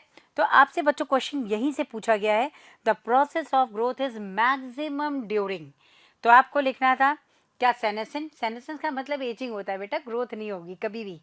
और डॉर्मेंसी, डॉर्मेंसी के टाइम पे भी कोई ग्रोथ नहीं है, सीड तो डॉर्मेंट हो गया, बट डॉर्मेंट हो गई, ट्यूबर डॉर्मेंट हो गया, ठीक। लॉग फेज मैक्सिमम ग्रोथ है, ये मैंने कहा एकदम करेक्ट आंसर जो है ये वाला होगा, सी ऑप्शन, थर्ड ऑप्शन दिया हुआ है, थर्ड ऑप्शन इज करेक्ट। और फोर्थ देखेंगे लैग फेज, तो लैग फेज में देखो मोर टाइम लेस ग्रोथ है, तो इसका मतलब correct answer here, correct answer will be third. चलिए बच्चों इसमें नेक्स्ट क्वेश्चन देखते हैं, क्वेश्चन नंबर 136। 136 क्वेश्चन में आपको गिवन है, ये सेल डिवीजन का है। Some dividing cells exit the cell cycle and enter the vegetative inactive phase, this is called the quiescent stage, right. आपको क्वीजेंट स्टेज के बारे में बताना है। This process occurs at the end of, किसके end में ये प्रोसेस होगा। तो बच्चों देखो, अगर मैं जी नॉट फेज की बात करती हूँ, तो जी नॉट फेज जो है ये हमेशा, जैसे मान लीजिए मैंने कहा इंटरफेज आई, इंटरफेज में G1 है, देन S है, G2 है, उसके बाद आती है एम फेज। तो एम फेज कंप्लीट होने के बाद अगर कोई सेल अंदर एंटर करती है G1 में और मिड में ही अरेस्ट हो जाती है, तो इसको हम कहते हैं जी नॉट है। तो किस फेज के एंड से है, ध्यान से मेरी बात सुनो। अगर मैंने यहाँ पे कहा कि कोई भी सेल मान लीजिए G1 है, तो वो G1 क्रॉस नहीं कर पाती, मिड में ही अरेस्ट हो जाती है, ठीक। और वो जो है मिड में ही अरेस्ट होकर के एंटर कर जाती है जी नॉट में। तो अगर बच्चों मिड में ही अरेस्ट हो जाए, जी नॉट में एंटर कर जाए, तो किस फेज के एंड में ये प्रोसेस होती है, आपसे ये पूछा गया है। तो बच्चों यहाँ पे जो करेक्ट आंसर आएगा that is M phase, third option है यहाँ पर, थर्ड ऑप्शन करेक्ट होगा, दैट इज एम फेज। तो बच्चों यहाँ पे हम इसको जीवन भी नहीं लिखेंगे, या कई बार ऐसा भी हो सकता है कि जीवन भी हो सकता है, लेकिन एग्जैक्टली इस ऑप्शन की बेसिस पे अगर हम लोग देखें तो आपको यहाँ पे लिखना है at the end of M phase, ठीक। एम फेज के एंड में, एम फेज तो कंप्लीट हो गई, उसके बाद सेल जीवन में एंटर कर रही है और जीवन में मिड में ही अरेस्ट हो गई, तो किस फेज के एंड में हुआ, ऑब्वियसली एम फेज के एंड में हुआ। तो यहाँ पे जो करेक्ट आंसर आएगा दैट इज एम फेज है, आंसर नंबर 3। बच्चों नेक्स्ट क्वेश्चन आता है, इसमें क्वेश्चन नंबर 138। 138 बायोलॉजिकल क्लासिफिकेशन में वायरस से था बच्चों। इसमें दिया था विच of the following is correct about viroids, they have DNA with, मैं बता दूं आपको बच्चों, अगर जेनेटिक मटेरियल डीएनए या फिर आरएनए है और प्रोटीन कोड से कवर्ड है तो इसको हम कहते हैं वायरस, राइट। अगर केवल प्रोटीन कोड हो, जेनेटिक मटेरियल ना हो, दिस इज कॉल्ड प्रियॉन्स। और अगर प्रोटीन कंटेंट ही ना हो, बाहर प्रोटीनेशियस बॉडी ना हो, केवल जेनेटिक मटेरियल आरएनए हो, तो इसे कहते हैं वायरॉइड्स। क्वेश्चन आपका यहाँ से था, देखिए इसमें दिया हुआ which one is correct regarding viroids, they have, viroids में क्या होता है, केवल आरएनए होता है, प्रोटीन नहीं होता, तो they have DNA with protein code, ये तो कंप्लीट वायरस है। They have free DNA without protein code, free DNA कहीं होता ही नहीं है। They have RNA with protein code, तो भी ये वायरस है complete. They have free RNA without protein code, this answer, this statement is correct. तो वायरॉइड जो है बेटा, इसका करेक्ट ऑप्शन क्या हो जाएगा, 4। यानी अगर मैंने लिखा वायरस है तो वायरस में आपको लिखना पड़ेगा, वायरस क्या हो सकता है, आपको लिखना है डीएनए प्लस प्रोटीनेशियस बॉडी, ठीक है, ये प्रोटीन हो गया, तब भी वायरस है। आपने आरएनए लिखा और प्लस प्रोटीन लिख दिया तो भी ये वायरस है, ये भी वायरस है। लेकिन बच्चों इसमें केवल जो है, मान लो कोई भी जेनेटिक मटेरियल ना हो, केवल और केवल प्रोटीन हो, तो आपको लिखना है ये क्या है, प्रियॉन्स है, प्रियॉन्स। और अगर इसमें केवल आरएनए हो, कोई जेनेटिक मटेरियल ही ना हो, तो आपको लिखना था वायरॉइड्स, ठीक है। तो this is also directly from your NCERT, so ये correct answer will be 4th।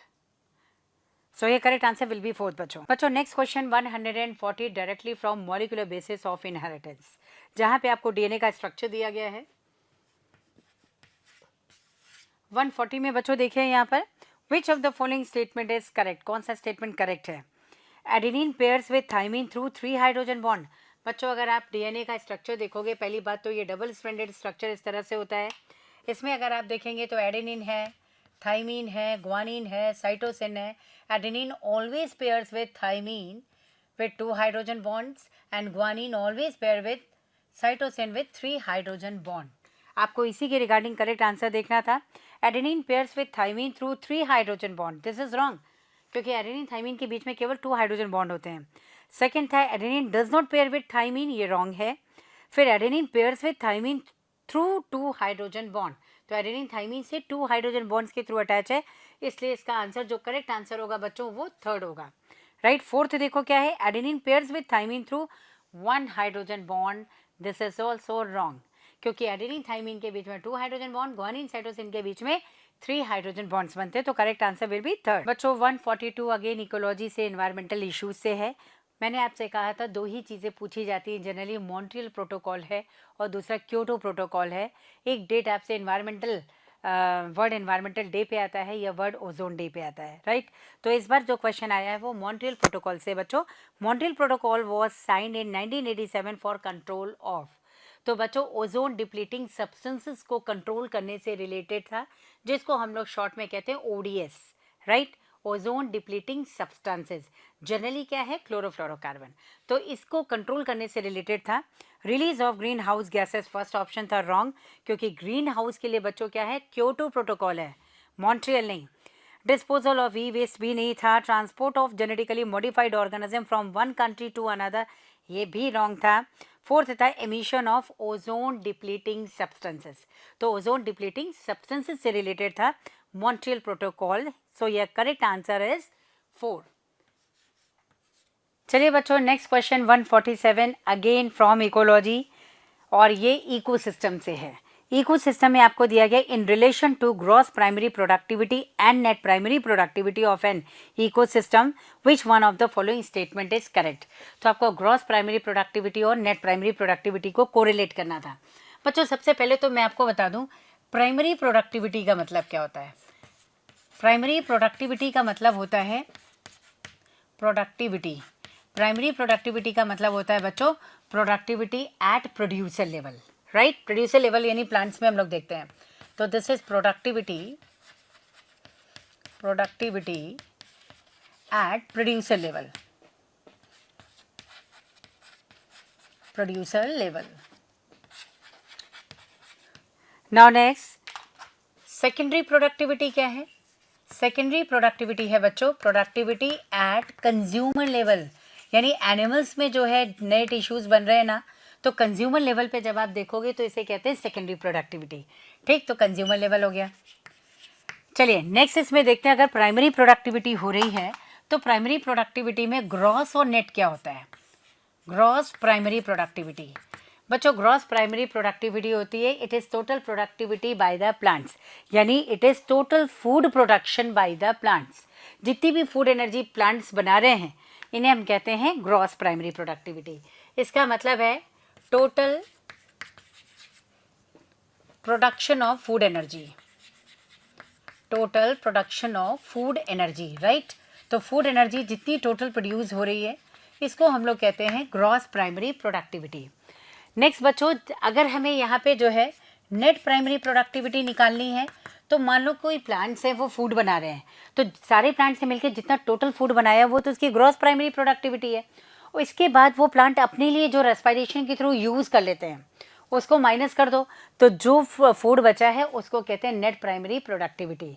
और you can say it is total stored food available to next trophic level is called net primary productivity. इसका मतलब यह है कि gross primary productivity minus respiration, respiration के through जो energy use हो रही है ना इसको माइनस कर दो, तो इसको हम कह देते हैं यहाँ पर ये क्या हो गया नेट प्राइमरी प्रोडक्टिविटी है बच्चों, ठीक है।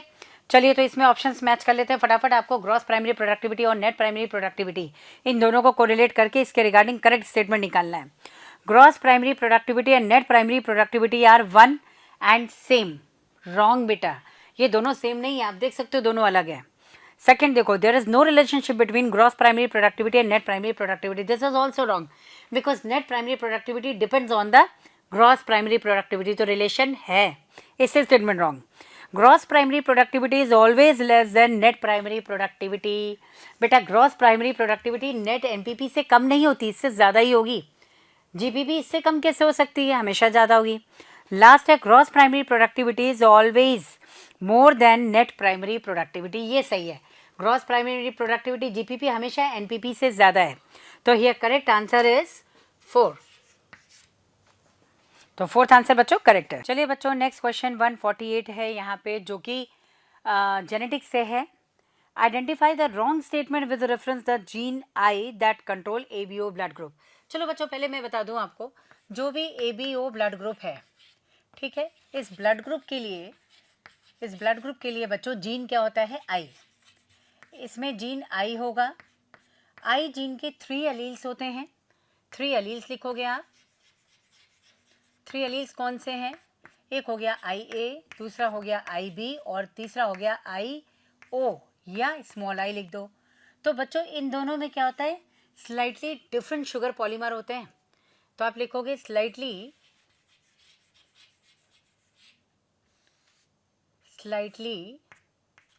डिफरेंट शुगर पॉलीमर,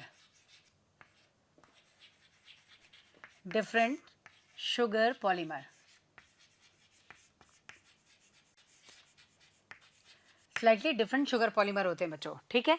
अब IA में क्या होता है? नो शुगर पॉलीमर, इसमें कोई भी शुगर नहीं होती है, ठीक। बस इसके रिगार्डिंग आपको बताना था। चलिए ऑप्शन चेक करिए फटाफट। When IA IB are present together they express same type of sugar. बच्चों IA IB एक साथ एक्सप्रेस कर रहे हैं, सेम टाइप नहीं होता, डिफरेंट होता है, इसलिए ये रॉन्ग स्टेटमेंट है। आपको इसमें से रॉन्ग स्टेटमेंट ही फाइंड करना था। तो करेक्ट आंसर तो 1 हो गया। दूसरा देखो, allele I does not produce any sugar, ये कोई शुगर प्रोड्यूस नहीं करता है, करेक्ट है। The gene I, capital I has 3 alleles, gene I के पास 3 एलील्स हैं, बिल्कुल सही है। और fourth, a person will have only 2 of the 3 alleles, person will have only 2 of the 3 allele, मतलब 3 एलील्स में से किसी भी पर्सन में एट अ टाइम 2 एलील्स होंगे। ये भी करेक्ट है, क्योंकि ऑर्गेनिज्म क्या है बच्चों? डिप्लॉयड है, हमेशा क्रोमोसोम 2 के पेयर में होंगे। तो एक बार में IA IB हो सकता है या IA I हो सकता है, लेकिन तीनों एक साथ तो नहीं हो सकते ना। इससे जो है यहाँ पे 3 स्टेटमेंट, सेकंड, थर्ड, फोर्थ सही है और फर्स्ट स्टेटमेंट रॉन्ग है, and we have to find wrong statement. So ये करेक्ट आंसर इज 1। चलिए बच्चों, इसमें क्वेश्चन नंबर 150 देखिए। 150 डायरेक्टली इकोलॉजी से है और बायोडाइवर्सिटी से है। अकॉर्डिंग टू रॉबर्ट में the global species diversity is about, तो ग्लोबल स्पीशीज डाइवर्सिटी बच्चों आपको 7 मिलियन दी गई है। तो करेक्ट आंसर यहाँ पे क्या हो जाएगा? सेकंड। ये डायरेक्टली आपके एनसीईआरटी से डायरेक्ट आंसर है, राइट। बच्चों नेक्स्ट क्वेश्चन नंबर 51 है, ये है आपका रिप्रोडक्शन इन फ्लावरिंग प्लांट से। The body of the ovule is fuse with in the funicle act. ये क्वेश्चन कई बार रिपीट हो चुका है, मैंने आपसे पहले भी कहा था, फिर से सुन लीजिए। यहाँ पे इस तरह से ओव्यूल बनता है बच्चों, और ओव्यूल जिस पॉइंट से ओव्यूल के फ्यूनिकल अटैच हो, this one it is called hilum, इसको हम लोग कहते हैं हाइलम। तो आपको यही बताना था कि यहाँ पर ओव्यूल के जिस पॉइंट से फ्यूनिकल फ्यूज हो रहा है, this point is called hilum. So ये करेक्ट आंसर इज 3 यहाँ पे हाइलम गिवन है, राइट। चलिए नेक्स्ट क्वेश्चन है बेटा, question number 155। Which of the following is not an inhibitory substance governing seed dormancy. Seed dormancy के रिलेटेड जो है यहाँ पे इनहिबिटरी सब्सटेंस कौन सा नहीं है? तो आपको बताना है, फिनोलिक कंपाउंड हो गया, पैरास्कॉर्बिक एसिड है, एब्सिसिक एसिड है, सब इनहिबिटरी है। केवल जिब्रेलिन्स है बच्चों जो सीड जर्मिनेशन को प्रमोट करता है। इससे इम्पॉर्टेंट जो हो गया यहाँ पर आंसर 3 है, ये इनहिबिटरी नहीं है बल्कि सीड जर्मिनेशन को प्रमोट करेगा। सो ये करेक्ट आंसर इज 3rd। चलिए बच्चों नेक्स्ट क्वेश्चन 156, ये सेल बायो से है। विच of the following statements about inclusion body is incorrect. बच्चों इंक्लूजन बॉडी क्या होती है? जो भी ऐसी बॉडीज जो नॉन लिविंग सब्सटेंस को कंटेन करती हैं, वेस्ट मटेरियल या स्टोर्ड मटेरियल को कलेक्ट करती हैं, इनको कहते हैं इंक्लूजन बॉडीज, राइट। तो इसमें देखते हैं, which one of the following statement about inclusion body is incorrect. Incorrect हमको देखना है कि इंक्लूजन बॉडी के रिगार्डिंग इनकरेक्ट क्या है। They lie free in the cytoplasm, correct है। These represents reserve material in the cytoplasm, this is also correct. They are not bound any membrane, तो किसी मेम्ब्रेन से बाउंड नहीं होती है, ये भी सही हो सकता है अगर हम लोग प्रोकैरियोट की बात करें। These are involve in ingestion of food particles, तो बच्चों फूड पार्टिकल्स के इंजेशन से इन्वॉल्व है, ये रॉन्ग है, क्योंकि इंक्लूजन बॉडी का इंजेशन से कोई लेना देना नहीं है। These are involve in ingestion of food particle.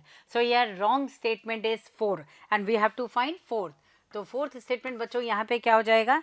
Answer 4 correct है, लेकिन स्टेटमेंट रॉन्ग है और इनकरेक्ट हमको फाइंड करना था। So correct answer will be 4। बच्चों नेक्स्ट क्वेश्चन और भी इजी है, डायरेक्ट है फ्रॉम मॉर्फोलॉजी से, एग्जाम्पल से। 157, the ovary is half inferior इन। मैं आपको कुछ बताना चाहती हूँ बच्चों। पहली बात तो आप इस तरह से समझ लीजिए कि ओवरी के रिस्पेक्ट में हम लोग कैसे पहचानते हैं। अगर ओवरी सुपीरियर है, ओवरी अगर सुपीरियर है तो मोस्टली प्लांट्स में बहुत कॉमनली ये प्रेजेंट होती है, लेकिन इन्फीरियर है तो फ्लावर क्या होता है, हाइपोगाइनस। देखिए ओवरी अगर सुपीरियर है तो इसको हम लोग इस तरह से रिप्रेजेंट करते हैं, फ्लावर क्या होगा बच्चों, हाइपोगाइनस। ठीक है, ये हाइपोगाइनस हो गया।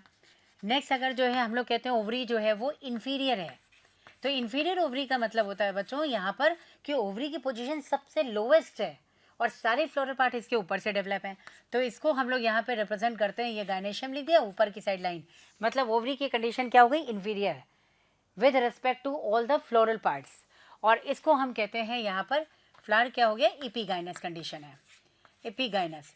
लेकिन एक कंडीशन बच्चों आती है जिसमें ओवरी यानी all the floral parts along with ovary develop from the same level, अगर सेम लेवल से डेवलप है तो उस कंडीशन में ओवरी को हम लोग कहते हैं हाफ इन्फीरियर, हाफ इन्फीरियर। तो हाफ इन्फीरियर ओवरी को इस तरह से रिप्रेजेंट कर दिया जाता है। इसका एग्जाम्पल आपको बताना है, मोस्ट ऑफ द प्लांट तो इसी में आ जाते हैं, लेकिन यहाँ पे कुछ एग्जाम्पल आपको, जैसे गुआवा दिया गया, रे फ्लोरेट ऑफ सनफ्लावर दिया गया है, कुकम्बर दिया गया, ये सारे एग्जाम्पल हो गए। लेकिन बच्चों अगर हाफ इन्फीरियर की बात करें तो पीच है, प्लम है, प्रूनस है, ये इसके एग्जाम्पल आएंगे, और आपको यहाँ पे जो दिया गया वो प्लम है। ठीक है, तो करेक्ट आंसर यहाँ पे क्या हो जाएगा, प्लम, और प्लम ऑप्शन आपको दिया गया है सेकंड, सो ये करेक्ट आंसर है सेकंड। चलिए बच्चों नेक्स्ट क्वेश्चन देखते हैं 158, it is directly from ecology, और इकोलॉजी में भी जो आप पढ़ते हैं इकोसिस्टम, तो इकोसिस्टम से रिलेटेड है। इसमें ट्रॉफिक लेवल की बच्चों बात करते हैं, जैसे मान लीजिए ट्रॉफिक लेवल T1 ये प्रोड्यूसर के लिए है, T2 प्राइमरी कंज्यूमर के लिए है, T3 सेकेंडरी कंज्यूमर के लिए है, और T4 जो है वो यहाँ पे टर्शरी कंज्यूमर के लिए है। प्रोड्यूसर क्या होते हैं, जो अपना फूड खुद सिंथेसाइज कर लें, यानी आप यहाँ पे रखते हैं प्लांट्स को। ठीक है, तो यहाँ पे आ जाएगा ग्रासेस, अगर मैं ग्रासलैंड की बात करूँ तो ग्रासेस आ गया। इसके बाद बच्चों नेक्स्ट आप देखिए यहाँ पर second trophic level, first trophic level क्या हो सकते हैं, फर्स्ट ट्रॉफिक लेवल तो ग्रास है, सेकंड ट्रॉफिक लेवल क्या होता है, ऑब्वियसली हर्बीवोर्स होते हैं जो इन ग्रासेस को खाएंगे, तो यहाँ जो हम लोगों को ऑप्शन गिवन है वो आ जाएगा रैबिट। ठीक है, रैबिट हो सकता है, तो यहाँ पे आ गया रैबिट, यानी जो हर्बीवोर्स हैं वो T2 में आएंगे। अब जो प्राइमरी कार्निवोर्स आते हैं वो इसमें आ जाएंगे बच्चों, जिसमें हम लोग लिख सकते हैं, जैसे मान लीजिए क्रो आ गया, क्योंकि लास्ट में हम लोगों को जो है टॉप कंज्यूमर का एग्जाम्पल दिया हुआ है, और वो दिया है यहाँ पर वल्चर। तो हम लोगों को पता है कि वल्चर यहाँ पे हो सकता है किसी ग्रासलैंड में ये ऑर्गेनिज्म दिए गए, और इनको इनके ट्रॉफिक लेवल के बेसिस पे बच्चों अरेंज करना था। सबसे पहले प्रोड्यूसर है, देन हर्बीवोर्स हैं प्राइमरी कंज्यूमर, उसके बाद जो है प्राइमरी कार्निवोर्स हैं यानी सेकेंडरी कंज्यूमर, और टर्शरी कंज्यूमर या टॉप कंज्यूमर कहते हैं वल्चर। इनमें सबकी डेथ अगर हो जाती है ना, तो सबकी डेथ होने के बाद जो है वल्चर ही आ सकता है। तो इसमें जो सीक्वेंस अरेंज होगा बच्चों वो यही सीक्वेंस होगा, और इसके बिहाफ पे अगर आप देखोगे तो यहाँ जो आंसर आएगा बच्चों वो आंसर थर्ड, ये करेक्ट होगा। ठीक है, इनको केवल ट्रॉफिक लेवल के बेसिस पे इनको बताना। चलिए बच्चों इसमें देखते हैं 159, थोड़ा सा ये इनडायरेक्ट क्वेश्चन है जो प्लांट फिजियोलॉजी से ट्रांसपोर्ट इन प्लांट्स है। The process responsible for facilitating loss of water in liquid form. सबसे पहले तो हम लोग को बच्चों यही जानना था कि अगर loss of water in liquid form हो तो इसको आप क्या कहेंगे, गटेशन, राइट। नेक्स्ट है liquid form from the tip of grasses blade at night and in early morning. तो सबसे पहले तो आपको ये देखना है कि बच्चों अगर मान लीजिए ये ग्रास लीफ है, ठीक है, ये इस तरह से ग्रास लीफ बनी है, तो ग्रास की टिप हो गई या इस तरह से मार्जिन हो गए, यहाँ पे क्या प्रेजेंट होते हैं, हाइडाथॉर्ड्स। ठीक है, ये हो गया हाइडाथॉर्ड्स, हाइडाथॉर्ड्स ऑलवेज ओपन होते हैं। ठीक है, इसमें से जो वाटर बच्चों निकल रहा है वो वाटर ड्रॉपलेट के फॉर्म में है, तो आपको यहाँ पे आपको बताना है जो वाटर निकला यहाँ पर वो क्या है, वाटर ड्रॉपलेट। ठीक, तो ये वाटर ड्रॉपलेट के फॉर्म में हो गया। अब जो वाटर ड्रॉपलेट के फॉर्म में बच्चों निकल रहा है उसके पीछे प्रेशर या फोर्स क्या होता है, तो हम लोग कहते हैं root pressure, positive hydrostatic pressure या रूट प्रेशर होता है, क्योंकि यहाँ पे अर्ली मॉर्निंग और लेट नाइट दिया हुआ है, उस समय बच्चों ट्रांसपिरेशन रेट कम हो जाता है और रूट प्रेशर डेवलप हो जाएगा।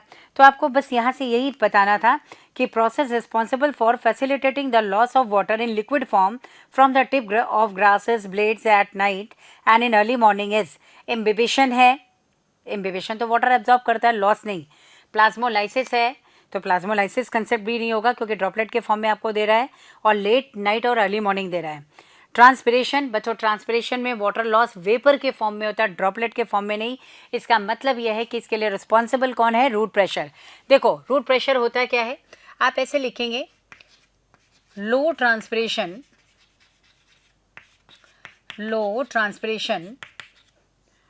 High water absorption. अब जो वाटर एब्जॉर्प्शन बच्चों होगा वो एक्टिवली होगा, हाई वाटर एब्जॉर्प्शन ये है। और ये दोनों जो है कॉज करता है यहाँ पे पॉजिटिव, मतलब ये दोनों क्या करेगा, पॉजिटिव हाइड्रोस्टैटिक प्रेशर डेवलप करता है। This is called positive hydrostatic pressure, positive hydrostatic pressure. तो ये पॉजिटिव हाइड्रोस्टैटिक प्रेशर डेवलप करता है बच्चों। तो पॉजिटिव हाइड्रोस्टैटिक प्रेशर क्या करता है यहाँ पर, यही रूट प्रेशर है जो अल्टीमेटली रिस्पॉन्सिबल होता है यहाँ पर, प्रेशर रिस्पॉन्सिबल होगा यहाँ पर गटेशन के लिए। तो ये प्रोसेस क्या है, गटेशन है। और करेक्ट जो इसका रीजन होगा बच्चों आ जाएगा रूट प्रेशर। तो fourth answer is correct, root pressure. बच्चों न्यूक्लियसेस जो होते हैं वो separate the two strands of DNA. दो स्ट्रैंड को सेपरेट करने के लिए बेसिकली वहाँ पर जो एंजाइम होगा वो यहाँ पर हेलिकेज होगा। न्यूक्लियसेस क्या होते हैं, जैसे रेस्ट्रिक्शन एंडोन्यूक्लियस हो गया, ये सब डाइजेस्ट करेंगे किसी पॉइंट से, दोनों स्ट्रैंड को सेपरेट नहीं करते। इससे फर्स्ट स्टेटमेंट रॉन्ग हो गया। सेकंड आप देखो एक्सोन्यूक्लियस दिया है बच्चों, एक्सोन्यूक्लियस टर्मिनल एंड से डाइजेस्ट करता है, मिड से नहीं। और यहाँ पे दिया make cuts at specific position with in DNA, with in DNA नहीं होगा, टर्मिनल एंड से कट करता है। Ligase join the two DNA molecule. बच्चों दो डीएनए स्ट्रैंड को, लाइगेज का काम क्या है, दो डीएनए स्ट्रैंड को कनेक्ट करने का, जो स्ट्रैंड फ्रेगमेंट्स में बने हैं या डीएनए जो है मॉलिक्यूल है इनको कनेक्ट करने का काम करता है, ये सही है। यानी ligase join the two DNA molecule, third option is correct, third option बच्चों करेक्ट होगा। फोर्थ देखो polymerases break the DNA into fragments. बच्चों पॉलीमरेजेस डीएनए को फ्रेगमेंट्स में ब्रेक नहीं करता है, बल्कि पॉलीमराइज होकर के, अगर डीएनए पॉलीमरेज है तो डीएनए बनाएगा, आरएनए पॉलीमरेज है तो आरएनए बनाएगा। सो ये करेक्ट आंसर इज थर्ड। बच्चों नेक्स्ट क्वेश्चन इसमें प्लांट एनाटॉमी का है और कुछ कैरेक्टर्स आपको दिए गए। स्टेटमेंट बेस्ड क्वेश्चन है, जनरली इसको टफ मानते हैं, अगर आपको आता है तो आप कर लेंगे, नहीं तो टफ लग सकता है। Transverse section of plant shows following anatomical feature. अब आप एनाटॉमिकल फीचर को सुनिए। Large number of scattered vascular bundle surrounded by bundle sheath. Obviously monocot यहीं से पता लग जाता है, क्योंकि मोनोकॉट स्टेम का जब आप स्ट्रक्चर देखेंगे बच्चों तो यहाँ वेस्कुलर बंडल क्या होते हैं, स्कैटर्ड होते हैं। बाहर की ओर साइज में थोड़े छोटे होंगे और अंदर की ओर क्या होते हैं बच्चों, ये साइज में थोड़े बड़े होते हैं ऐसे, ठीक है। और बंडल शीथ के थ्रू सराउंडेड होंगे।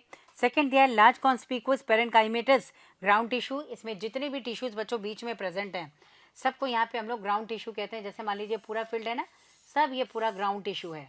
एपिडर्मिस हाइपोडर्मिस के बाद कंप्लीटली क्या हो गया, ग्राउंड टिश्यू हो गया। नेक्स्ट देखो vascular bundle conjoint and closed. Close vascular bundle बच्चों मोनोकॉट का ही कैरेक्टर है। Scattered vascular bundle monocot stem का कैरेक्टर है। और इसके बाद दिया फ्लोएम पैरेन्काइमा इज एब्सेंट। ये कंफर्म हो जाता है कि ये मोनोकॉट स्टेम है, क्योंकि मोनोकॉट स्टेम में बच्चों फ्लोएम का पैरेन्काइमा एब्सेंट होगा। इसका मतलब यह है कि जो स्ट्रक्चर दिया गया है ये मोनोकॉट स्टेम का है। मोनोकॉट स्टेम का बच्चों कैरेक्टर होता है scattered vascular bundle which is surrounded by bundle sheath cell. Overall tissues are called ground tissue and their phloem is present, phloem parenchyma is present. Phloem parenchyma is absent in monocot. तो phloem parenchyma absent होगा, scattered vascular bundle होंगे, vascular bundle conjoined collateral but closed, यानी cambium नहीं होगा, ठीक है, और phloem का पैरेन्काइमा नहीं होगा। तो ये किसका कैरेक्टर है, ऑब्वियसली आपको लिखना था मोनोकॉट स्टेम, यानी करेक्ट आंसर क्या हो जाएगा बच्चों, थर्ड। बच्चों नेक्स्ट क्वेश्चन 162 है, जेनेटिक्स से है। Experimental verification of the chromosomal theory of inheritance was done by. देखिए सबसे पहले मैं आपको ये बता दूं कि जो क्रोमोसोमल थ्योरी ऑफ इनहेरिटेंस है it was proposed by Sutton and Boveri, but it was experimentally proved by Morgan while working on Drosophila. तो ड्रोसोफिला पे उन्होंने एक्सपेरिमेंट किया और इसको एक्सपेरिमेंटली प्रूव कर दिया क्रोमोसोमल थ्योरी ऑफ इनहेरिटेंस। तो डायरेक्ट आंसर बच्चों यहाँ आ जाएगा मॉर्गन, सेकेंड, ठीक है, मॉर्गन करेक्ट है। सटन और बावेरी ने तो बच्चों दिया था ये क्रोमोसोमल थ्योरी, लेकिन एक्सपेरिमेंटली प्रूव दिया था मॉर्गन ने। लेकिन एक नंबर नाम आता है यहाँ पे बच्चों मेंडल का। मेंडल का क्रोमोसोमल थ्योरी से कोई रिलेशन नहीं है, ये रिलेटेड ही नहीं है क्रोमोसोमल थ्योरी से, बल्कि जीन मतलब कोई भी कैरेक्टर अगर नेक्स्ट जनरेशन में इनहेरिट हो रहा है तो उसके लिए बेसिस जो मेंडल थे उन्होंने जीन को बताया था, ना कि क्रोमोसोम। सो ये correct answer is Morgan, that is option number 2। चलिए बच्चों इसमें नेक्स्ट क्वेश्चन देखते हैं, question number 167। It is from mineral nutrition. बच्चों मिनरल न्यूट्रिशन में नाइट्रोजन मेटाबॉलिज्म से रिलेटेड क्वेश्चन है कि अगर रूट नोड्यूल होता है, सिम्बाटिक नाइट्रोजन फिक्सेशन होता है, तो उसके रिगार्डिंग आपको करेक्ट स्टेटमेंट फाइंड करना है। The product of reaction catalyze by nitrogenase in root nodule of leguminous plant is are ammonia and oxygen उसका प्रोडक्ट है। बेटा ऑक्सीजन नहीं होता, अमोनिया तो सही है। और अमोनिया एंड हाइड्रोजन ये करेक्ट है। अमोनिया अलोन ये रॉन्ग है और nitrate alone this is also wrong. आप इधर देखिए, इस तरह से आपको इक्वेशन दी गई है।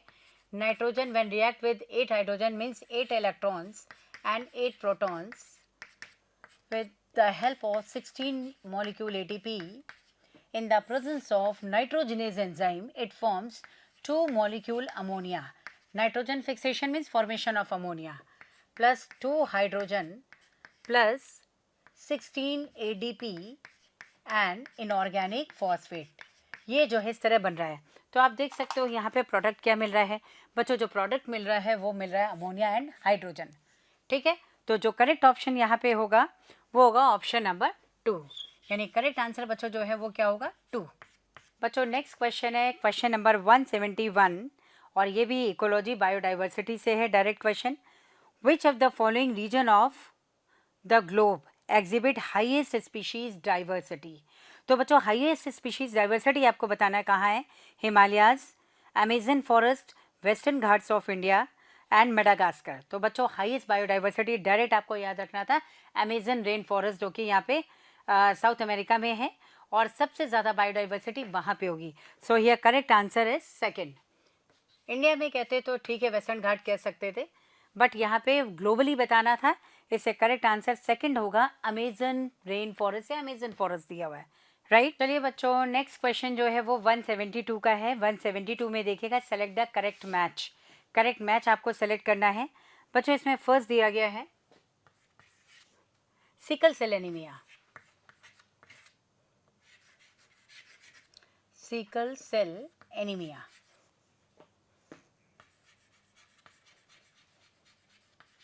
तो बच्चों इसमें सिकल सेल एनीमिया का जो मैचअप दिया गया है वो दिया गया autosomal recessive trait that is chromosome number 11। ठीक है, तो ये जो दिया गया है ऑटोजोमल रेसेसिव ट्रेट और किस पे ये प्रेजेंट है तो क्रोमोसोम नंबर 11 पे है, क्रोमोसोम नंबर 11। ठीक है, तो ये सिकल सेल एनीमिया है बच्चों, ये करेक्ट है बिल्कुल मैच। नेक्स्ट इसमें आपको गिवन है थैलासीमिया। तो थैलासीमिया के लिए जो आपको दिया गया है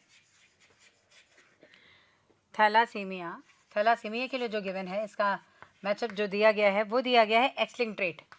तो बेटा ये गलत है क्योंकि यहाँ पर जो है ये एक्सलिंग नहीं है बल्कि ये क्या है ऑटोजोमल है, इससे इसको आप रॉन्ग कर देंगे। ये तो सही है लेकिन ये क्या हो जाएगा रॉन्ग।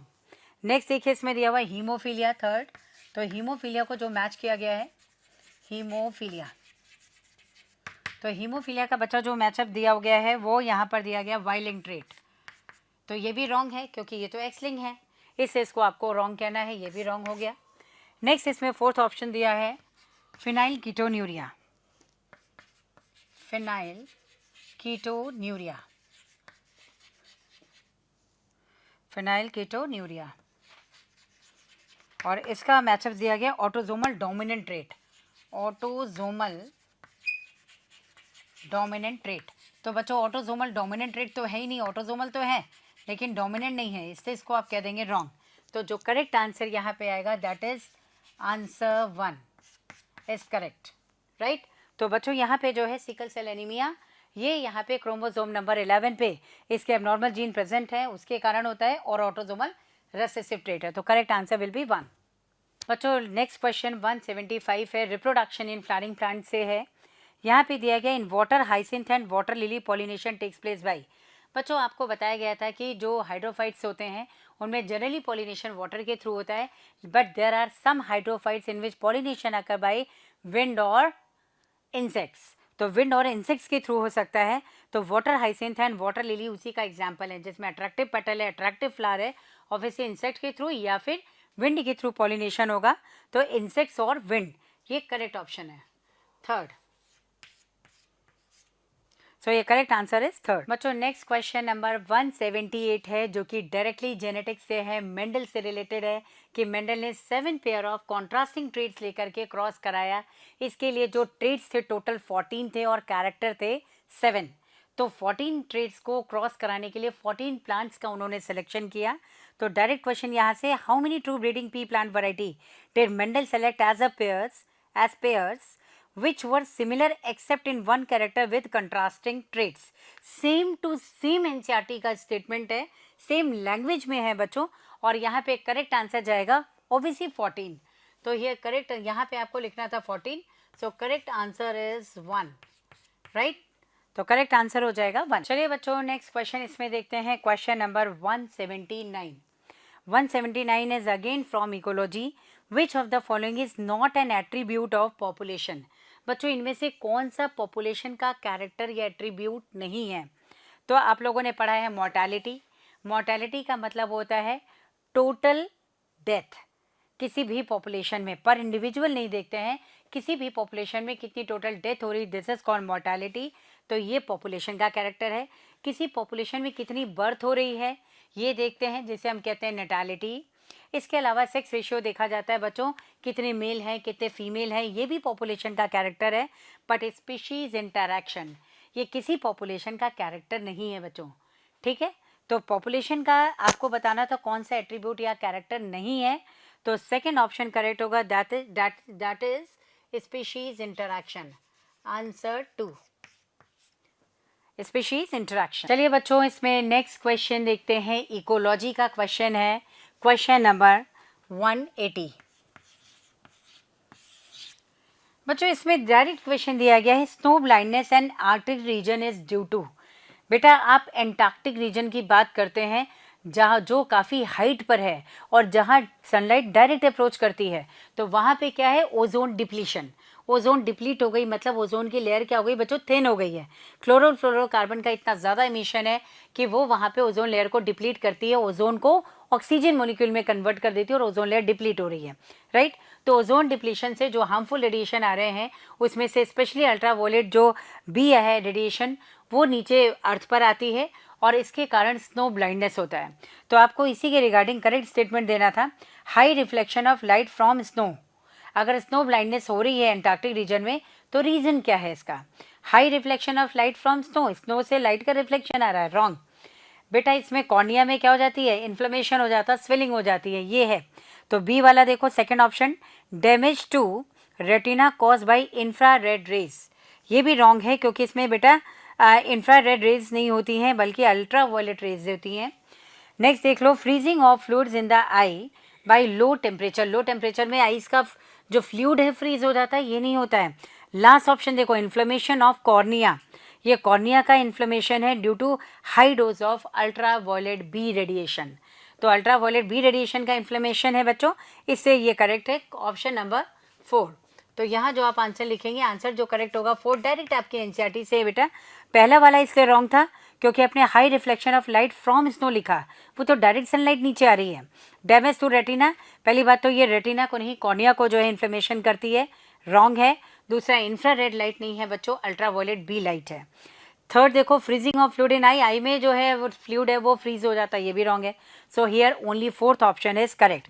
तो इस तरह से बच्चों आप देख सकते हैं क्वेश्चंस बहुत इजी आए थे, प्योरली एनसीईआरटी से आए हुए सारे क्वेश्चन थे।